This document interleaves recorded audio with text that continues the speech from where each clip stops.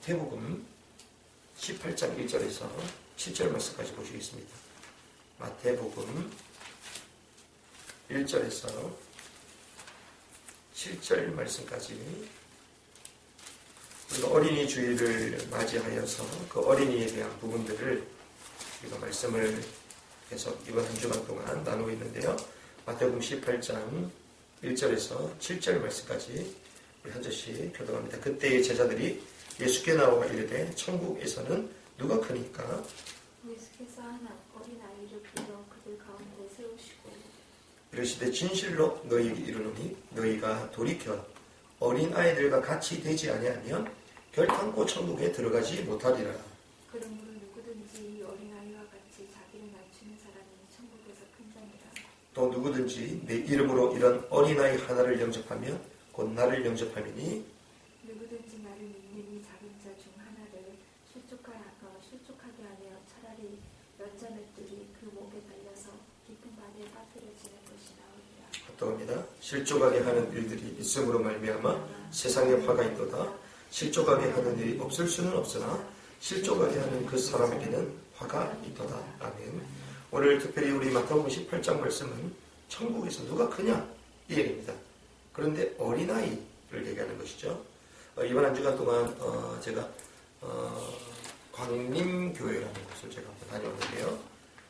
그리고 그 주간에 제가 또 새로운 교회라는 곳을 또 다녀왔습니다. 그리고 양재 온누리교회 이 세 군데 현장을 이렇게 돌면서 특별히 강림교회 어린이 주일을 맞이해서 이 메시지를 주셨는데요. 이 말씀을 가지고 우리가 어린이에 대한 것, 어린이에 대한 신앙, 그리고 천국에서 크다라고 말하는 그 예수님께서 말씀하셨던 그 과연 어린이가 어떤 개념과 또 어떤 존재이길래 하나님은 천국에서 가장 크다라고 말씀하시는지를 우리가 하나씩 복음적인 관점에서 또 우리에게 주시는 언약의 말씀으로 한번 확인해 보면 좋겠다 생각이 듭니다. 주님께서 분명히 말씀하셨습니다. 실패한 베드로에게 찾아오셔서 얘기하셨죠. 네가 나를 사랑하느냐? 라고 했을 때 그 사랑의 고백은 무엇이었습니까? 주님, 내가 주님을 사랑하는 줄 주님께서 아십니다. 이렇게 고백했잖아요. 그 사랑은 에로스적인 사랑이 아니다. 세상적인 그 사랑, 육신적인 사랑, 그 사랑이 아니라고 얘기했습니다. 하나님은 그 사랑이신데 그 사랑이 십자가로 표현이 되었잖아요. 십자가는 무엇입니까? 고난, 죽음 얘기하는 거. 왜 주님께서 이 땅에 사람의 몸을 입고 오셔서 죽으셔야 됐습니까? 인간의 문제, 창세기 3장의 문제는 절대로 해결할 수 없기 때문에 눈에 보이지 않는 그 하나님이 이 땅에 직접 오셔서 우리 인생의 문제를 해결하신 게 십자가입니다. 그러면 십자가는 역설적으로도 부활을 동반하는 것이거든요. 죽고 난 이후에 다시 또 부활되는 것입니다. 이것이 무엇이었습니까? 하나님의 우리를 향한 사랑의 표현이었잖아요.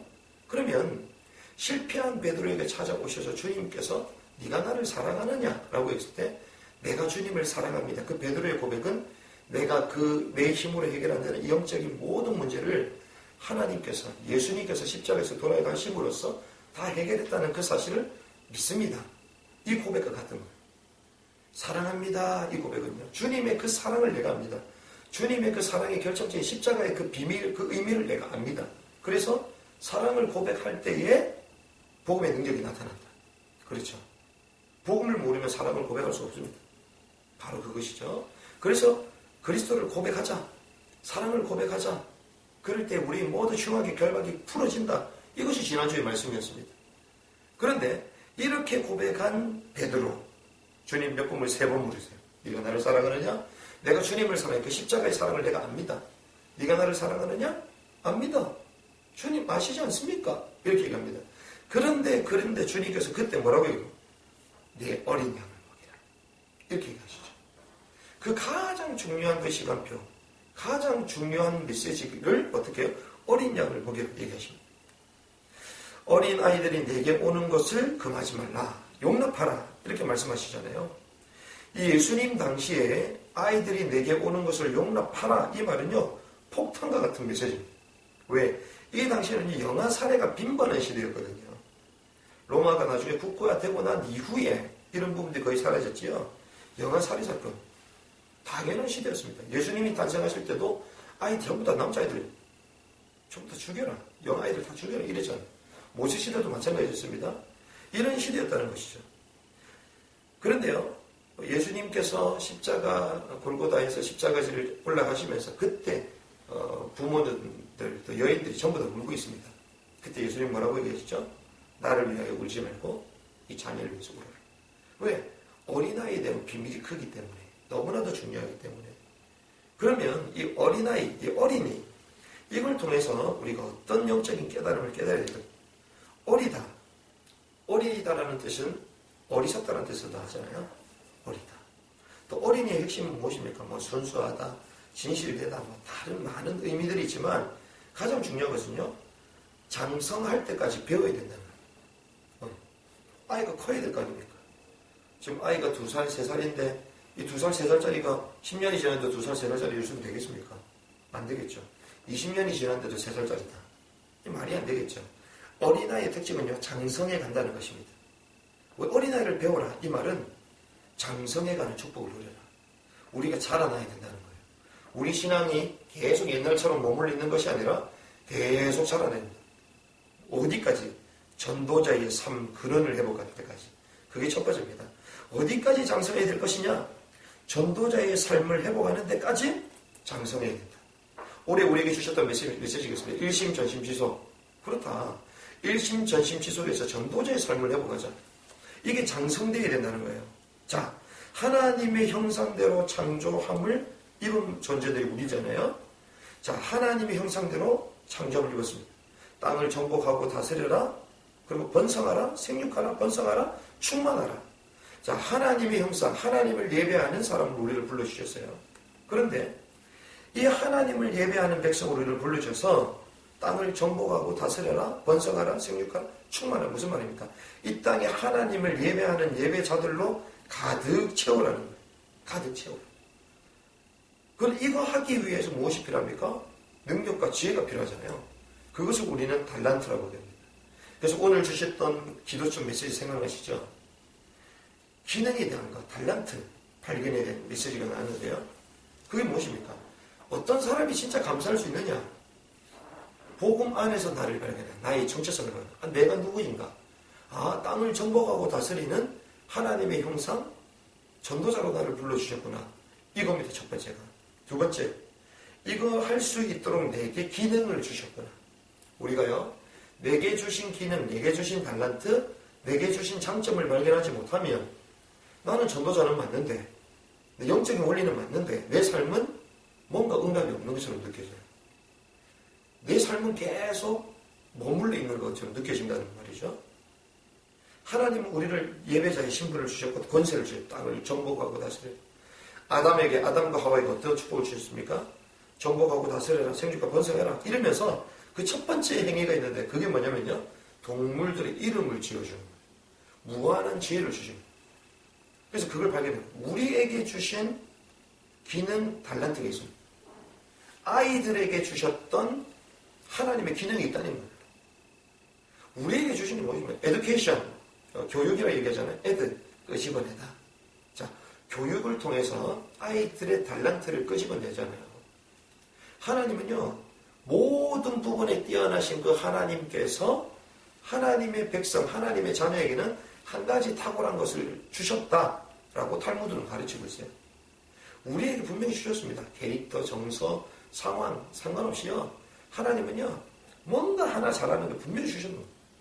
그런데 많은 환경이 그것을 못 보도록, 못 찾도록 하는 거죠. 그렇지 않습니다. 분명히 우리 주셨거든요. 정체성 발견하고 또 그걸 가지고 정체성을 이루는 기능을 우리에게 주신 거예요. 그렇죠. 그리고 우리 인생의 마지막 그림 본 사람이 참 감사가 나온다. 이게 기도처럼 메시지였거든요. 그러면 전도자의 삶을 회복한다. 이 말은 우리의 원래의 정체성을 회복한다. 그렇죠. 그리고 이 정체성을 회복하기 위해서 또 어떻게 우리에게 주신 기능을 가지고 이 축복을 누려나가는 것입니다. 기능을 발견. 그래서 영성과 전문성 이 두 가지를 회복해서 영적인 서밋의 자리, 리더의 자리가 탁 올라가는 것. 이것을 우리는 전도자의 삶이다. 그렇죠. 요거까지 장성해 가야 돼요. 여기 될 때까지. 영적인 자리에 딱 설 때까지 다니엘이 하늘의 별처럼 빛났다 그래요. 하늘의 별보다 높은 건 없잖아요. 하늘의 별이 가장 아름답고 영광스럽게 찬란하게 비치잖아요. 그게 뭡니까? 전도자의 서밋 위치에 딱 전국의 위치에 선 것입니다. 하나님은 이렇게 자라가기를 원하신다. 그러면 이렇게 전도자의 삶, 성공의 자리에, 서밋의 자리에서 딱 가기 원하시는데 이거 하려면 필요한 게 있다는 거예요. 그게 뭡니까? 두 번째, 전도자의 습관입니다. 습관. 체질. 습관이 중요해요. 3살 버릇이 8까지 간다. 아직까지 저도 사실은 이거 보면요. 손톱이 좀 짧아요. 제가 정소불안이 아주 많았거든요. 그래서 막 손톱을 물어뜯고 말했어요. 요즘은 물어뜯지 않는데 옛날에 하도 많이 물어뜯어갖고 짧아져 버렸어요. 이 손톱이. 그래서 막 기타 치는 사람들 대부분 손톱이 길잖아요. 그래서 저는 손톱이 좀 짧습니다. 근데 이 습관이요. 계속 가요. 어렸을 때. 그런 습관들이. 자, 습관의 힘이라는 책이 있는데 우리 인생의 결정은 어떻게 된다? 습관을 통하여 인생이 결정된다. 이렇게까지도 얘기합니다. 그러면요. 이 습관이 나중에 체질이 되거든요. 체질이 나중에 각인이 됩니다. 각인되었을 때 그 사람의 인생이 바뀌거든요. 그래서 예수님은 어떻게 했습니까? 습관을 쫓아 기도하셨죠. 습관을 따라가셨습니다. 그래서 전도자의 삶이 되기 위해서는 전도자의 습관, 체질이 중요하다. 이렇게 볼 수 있습니다. 그러면 우리에게 진짜 필요한 게 무엇입니까? 이 습관을 만들기 위해서 마지막에 세 번째는 전도자의 규례가 필요하다는 거예요. 규례. 자, 전도자의 삶이 무엇입니까? 영성과 전문성, 서밋의 자리 위치에 딱 올라가는 게 전도자의 딱 삶입니다. 자, 전도자의 삶 되기 위해서 우리에게 습관, 체질이 필요하다 얘기했죠? 습관은 우리 평생 좌우하는 것이기 때문에 영혼, 미래, 육신 이 모든 것들이 체질되고 각인되었을 때 뒤바뀌는 것이 습관이 너무 중요하다. 그런데 이것을 하려면요. 우리에게 전도자의 규례가 필요하다는 거예요. 그래서 사도 바울에게도 규례가 있었습니다. 다니엘도 규례가 있었어요. 성공한 사람들 전부 다 규례가 있습니다. 자, 그러면 구체적으로 전도자의 규례 하려면 어떤 걸 우리가 알아야 될 것이냐. 첫 번째, 그 시간이 있어야 됩니다. 시간. 두 번째는 그 장소가 있어야 됩니다. 그리고 그 언약이 있어야 됩니다. 자, 우리가 전도자의 삶을 살고 그 체질이 되려면 그 체질을 만드는 그 시간이 나에게 있어야 돼요. 그 시간. 자, 기도하고 싶은데 안 된다. 기도 시간이 있어야 된다니까요. 기도할 수 있는 그 장소가 있어야 됩니다. 그리고 거기서 어떻게 해요? 내게 주시는 말씀의 언약이 있어야 돼요. 그 붙들고 것입니다. 다니엘이 어떻게 했습니까? 뜻을 정하여 하루에 3번씩 골방에 들어가서 하나님 앞에 감사하며 기도해야 돼요. 장소와 시간이 나왔습니다. 예루살렘을 향하여, 예루살렘 뭡니까? 메시아가 오실 그 땅, 메시아 언약, 그 언약이 다니엘에게 있었습니다. 우리에게는 강단 말씀, 또 매일 주시는 기도처 말씀, 그리고 성경을 통하여 내게 주시는 또 깨닫게 하시는 말씀, 또 1년 동안 주셨던 원단의 말씀, 그 언약이 우리에게 있어야 돼요. 시간과 장소가 있어야 됩니다. 우리가 24시기도, 25시기도, 무시기도 말하지만요, 사실 잘 안 될걸요. 그래서 예수님도요, 장소를 일부러 찾았다니까요. 한적한 곳을 따로 가셨다. 따로 피하셔서 한적한 곳을 찾아가셔서 기도하셨다. 산에 올라가서 기도하셨다. 너희들 기도할 때 골방에 들어가라. 장소 얘기하셨습니다. 시간 얘기하셨습니다. 1시간도 깨울 수 없으나 시간을 정해놓고 기도해요. 이렇게 될 때 나중에 결과적으로 무시기도, 24시기도 이게 되어지는 것이거든요. 25시 초월하는 기도가 되는 것입니다. 다니엘 얼마나 바빴습니까? 우리는 말하면 그냥 나 기도하는데요. 무시기도 합니다. 누워서 묵상기도 합니다. 이래 되잖아요. 세계 최고 강대국 총리였는데 그런데 다니엘은요. 시간이 있었습니다. 장소가 있었어요. 정확한 메시지가 있었어요. 이게 있어야지만 전도자의 규례 통해서 습관이 만들어지고 습관이 나중에 성공하는 전도자의 삶이 딱 되어진다는 겁니다. 이게 저와 여러분들에게 되어져야 됩니다. 다윗도 분명히 이런 시간들을 가졌잖아요. 왕궁에서 7번씩 여호와 하나님을 찬양했다. 이런 얘기들을 알 수 있습니다. 자, 말씀을 정리하겠습니다. 자, 전도자의 삶, 이게 하나님 원하시는 장성의 분량입니다. 전도자의 습관이 그러려면 준비가 돼야 되겠죠? 이거 하려면 전도자의 규례, 그 시간, 그 장소, 그 언역이 있어야 됩니다. 자, 이렇게 하면서 우리 어린아이 같은 우리 신앙을 장성하도록 또 우리 아이들을 그리스도의 장성한 분량까지 이끌고 가야 되는 것이죠. 자, 어린 양을 먹이라 이렇게 얘기하셨습니다. 자, 어린 양을 먹이지 않으면 어떻게 되겠습니까? 지금 렘넌트 실종 시대가 되어버렸습니다. 자, 복음 후대에게 복음이 전달이 되지 않아요. 그러니까요, 정체되어 버렸어요. 렘넌트 전도도 교회들마다요, 교육기관이 안 되고 있습니다. 렘넌트들이 계속 교회를 떠나고 있어요. 부흥이 안 되고 있습니다. 교회를 떠나고 있어요. 그러니 렘넌트 실종 시대, 렘넌트 범죄 시대가 됩니다. 렘넌트가 범죄를 하기 시작했어요. 세상의 것들이 좋아지기 시작하고요. 세상의 쾌락을 향해 달려갔습니다. 그런데 결국 어떻게 됩니까? 렘넌트 재앙 시대가 도래해버렸어요. 렘넌트가 마음껏 복음을 향하여 하나님 언약의 세상을 향해 달려가야 되는데 세상의 포로가 되어버렸어요. 렘넌트가 세상의 문화에 죽음을 당하는 시대가 도래해버렸어요. 그래서 예수님 뭐라고 얘기하셨습니까? 너희 자녀를 위해서 울어라. 아니, 십자가 최고, 인간의 최고의 흉악한 그 형벌을 지시로 가는 그 예수님께서 나를 위로해달라 해도 너 시원차를 가네. 나를 위해 울지 마라. 너희들 자녀는 그 십자가 그 고통보다 더 심한 고통을 향하여 달려가고 있기 때문에 네 자녀를 위해서 울어라. 이렇게 말씀하셨습니다. 자, 이런 과정을 겪지 않고 성장하는 아이들 어떻게 됩니까? 파육 성장의 문제가 나타나죠. 기형아로 전합니다. 이런 전도자의 규례, 습관 이런 것 없이 자란 아들은요, 나중에 성공했는데 기형아야. 교회에 중요한 일을 하는 것 같은데 나중에는 교회의 해방꾼이 되고요. 뭔가가 성공하는 것 같은데 나중에 언약하고 전혀 상관없이 찰스 다윈이 경건한 목회자의 자녀입니다. 존 두이 교육학의 인문주의적인 교육학의 대부잖아요. 존 두이 마찬가지입니다. 전부 다 복음을 가지고 있으면 그 가정에 태어난 사람들이에요. 헤밍웨이, 니체 전부 다 뭐 복음주의 선교사 이런 가정의 자녀들이에요. 이런 가정, 규례, 그 언약을 가지고 하는 복음 메시지 가지고 기도하고 하나님 주신 비전 가지고 원래 것들 전도자의 삶 이게 되지 않으면요 성공하는 것 같아 나중에 성공이 아니라는 거예요.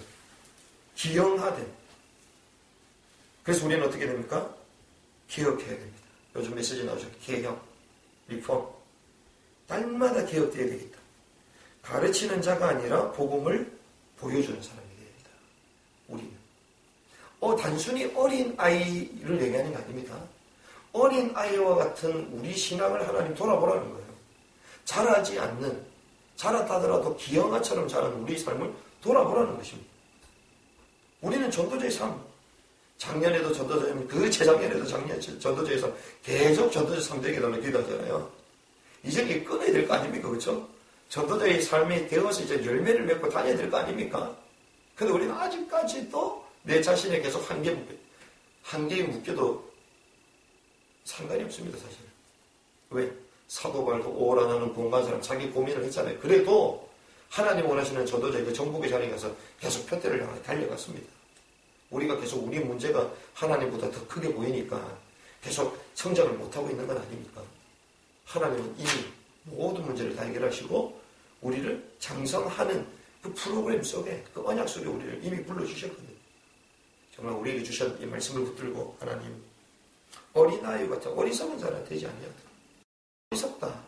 하나님 아는 지식이 없어서 망하는데 그런 어리석은 복음 몰라서 죽는 그런 호세에서 말하는 하나님 없어서 어리석어서 자라지 못하는 그런 사람이 되지 않게 하도록 날마다 정확한 복음 알게 하시고 전도자의 습관, 전도자의 규례. 그래서 이번 주에 주셨던 그 기도처 메시지하고 너무 맞더라고 보니까 규례에 대한 메시지도 나왔잖아요. 그렇다. 내가 그 시간을 놓치지 말아야 되겠구나. 내가 그 장소를 놓치지 말아야 되겠구나.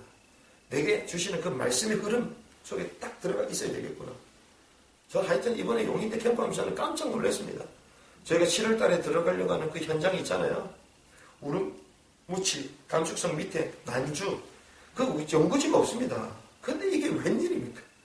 이번에 용인에 들어갔는데 한 중국인 그 태권도 학과, 아니, 아까 전에 얘기했던 그 태권도 다리입니다. 그 다른 아이가 막 교실에서 열심히 공부하고 있는 거예요. 근데 우리 사역자가 가가지고 그 사람 만나고 우리 다음에 한 번 더 만나자. 내일 만나자. 만났는데요. 이 친구 복음 전하고 막 이러는데 1시간 동안 열심히 듣는 거예요. 그런데 이해가 안 된대. 왜? 자기는 단 한 번도 예수에 대해서 들어본 적이 없다. 어느 나라에 어느 동네에 살았길래 그러냐 봤더니 우리가 7월 달에 들어가려고 하는 난주라는 지역에 걔가 왔어요. 재밌죠. 복음에 관심이 없냐? 관심이 있어요. 그래서 다 끝나고 나서 여기 책자 구원의 길 그 커팅된 그거 달라고. 근데 그 친구가요. 6월 되면 학교를 이제 졸업하고 본국으로 돌아가요. 근데 저희가 언제 들어가니까 7월에 들어갔거든요. 신기하죠. 하나님 이런 문들을 열어가지고. 야, 그렇다. 말씀의 흐름, 하나님 원하시는 그 성교의 그 시간표수가 들어있으면 하나님 우리를 인도하십니다. 우리 연약하고 상관없다. 어린애처럼 하나님 머물지 않고 장성하기를 원하시거든요. 자, 또 반대로 역설적이게도요. 어린 아이는 장성해야 되는데 어린 아이처럼 있으면 장성합니다. 반대로. 무슨 말입니까? 어린 아이는 뭐든지 만사오케이잖아요. 그렇죠? 그냥 주는 대로 먹잖아요. 시키는 대로 합니다. 잘하는 대로 잡니다. 그냥 뭐 세상 그 근심 걱정이 없어요. 이게 어린아이의 특징이잖아요. 근데 우리는 얼마나 많은 고민과 얼마나 많은 생각과 얼마나 많은 계산과 이러니 발육이 안 돼. 그렇죠? 잠도 푹 자야지 잘할 건데 그 얼마나 더 예민한지 우리가 어린아이의 모습을 회복하는 것입니다. 또 그러한 장성된 자로 하나님 우리를 세워가기를 원하신다는 것이죠. 이번 한 주 주셨던 말씀 붙들고요. 하나님 천국에서 가장 크다라고 말씀하셨는데 천국에서 사실 누가 제일 크겠습니까? 다 똑같은데 천국에서는. 그런데 한번 생각해 보니까요. 천국에서 진짜 어깨에 힘주고 다닐 수 있는 그 사람은 아무리 봐도 면류관을 받은 사람 아니냐. 다 면류관 맞잖아요. 근데 어떤 면류관? 내가 이 땅에 살면서 복음 증거해서 그 사람이 구원받은 하나님의 사람인데 천국에 갔을 때 그 사람을 만나는 거예요. 이야, 얼마나 기쁨과 감격이 넘쳐나겠습니까? 그게 우리의 자랑이요, 면류관이거든요. 그 사람이 큰 사람입니다. 그러려면 어떤 사람이 되어야 되죠? 어린아이에서 이제는 장성한 사람이 돼요. 전도자의 삶을 회복하는 것입니다. 이 말씀 붙들고 하나님 장성한 사람의 축복, 전도자의 삶의 축복, 내가 먼저 누리게 하시고 우리 자녀에게 보여주는 사람, 우리 현장에 이것을 보여주는 하나님의 사람. 그래서 절대 놓치지 말아야 될 전도자의 규례가 내게 있게 하옵소서. 사도 바울에게 있었던 그 전도자의 규례, 습관을 쫓아가셨던 그 예수님의 그 습관, 하나님 그래서 영적 전상에서는 축복을 누릴 수 있도록 나를 인도하여 주시옵소서. 이 말씀 붙들고 승리하는 또 한 주간 되시기를 주님의 이름으로 축복합니다.